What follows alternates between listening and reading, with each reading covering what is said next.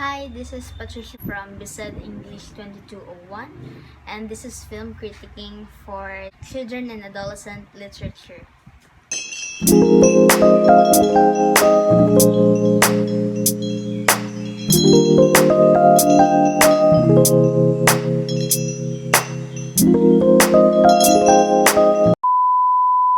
Hi, the film that I'll be critiquing about is entitled Letters to God by David Nixon, and this is based from a true-to-life story and produced under the Possibility Production, and it was released on April 2010.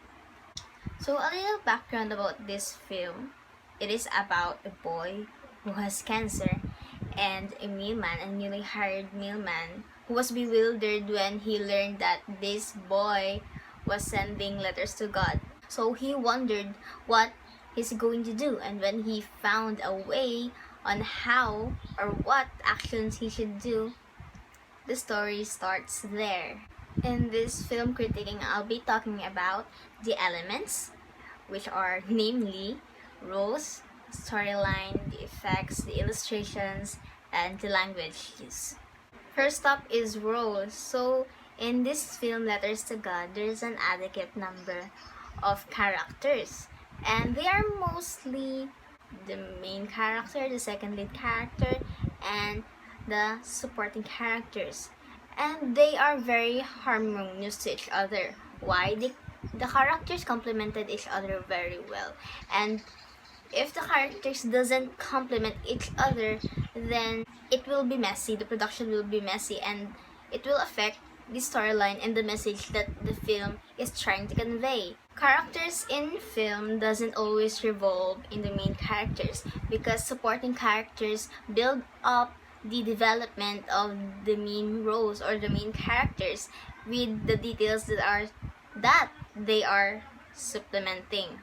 The characters present in this film are the main character, which is Tyler, the second lead character, which is Brady, the mailman, and the supporting characters, which are the mother, brother, and grandmother of Tyler, and Sam, his best friend, and Sam's grandfather.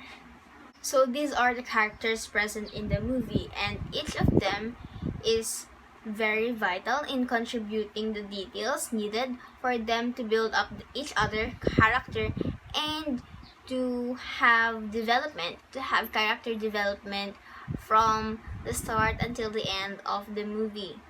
Since this is a drama genre, I really think that the actors gave justice to their characters because they act naturally and they portray the daily life of people. I know that it is hard to act natural than to act angry or something big, like doing something villainous, because acting natural and portraying the daily life of people is hard, because the way they show the emotions through their eyes or through their words or through their movements, minimal or not, it is hard, and I think they give justice to their characters and they are very professional in this field. The storyline of this film is unusual and realistic. The conflict is not that heavy for us to perceive because we encounter these situations in our real life too. Problems in health, work, family, and faith. So it is very natural. The pacing of the film is not too fast paced. It is just the right speed for a film. All the scenarios in this film complemented each other, so it doesn't make the story confusing. Unlike some other movies that I've watched before, because they have a lot of things going on, we tend to lose focus on what is the real deal or what is the main point of the movie or the film. And it gets confusing because we cannot focus. Where do we put our focus on? Is this scene relevant to the main point of the story? Is this scene relevant in relaying the message of the film? Things like that. So in this film, there is consistency, and I wasn't confused at all while watching this film, and it's a good thing. The next element is the illustration. So since this is a film, we'll be talking about cinematography. The production crew did not use any complicated camera settings and angles while shooting this film. Since this is a drama, it doesn't involve any sci-fi related, so there's no need in futuristic editings and a lot of green screen and such. They focus on how to get the mood for each scenarios using simple camera settings and angles, since this is a drama, to give off that vibe that they wanted to convey in this film. The locations of the scenarios is very important too in making a film.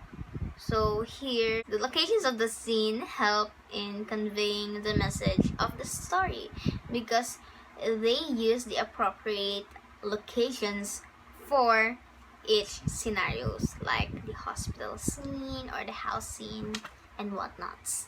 I personally think too that a movie does not only revolve around the characters acting, but also the settings and the mood that they have and how they convey this vibe to the viewers. The fourth element that I'm going to talk about is the effects. So the effects here in this movie, it talks about the character development and the target audiences.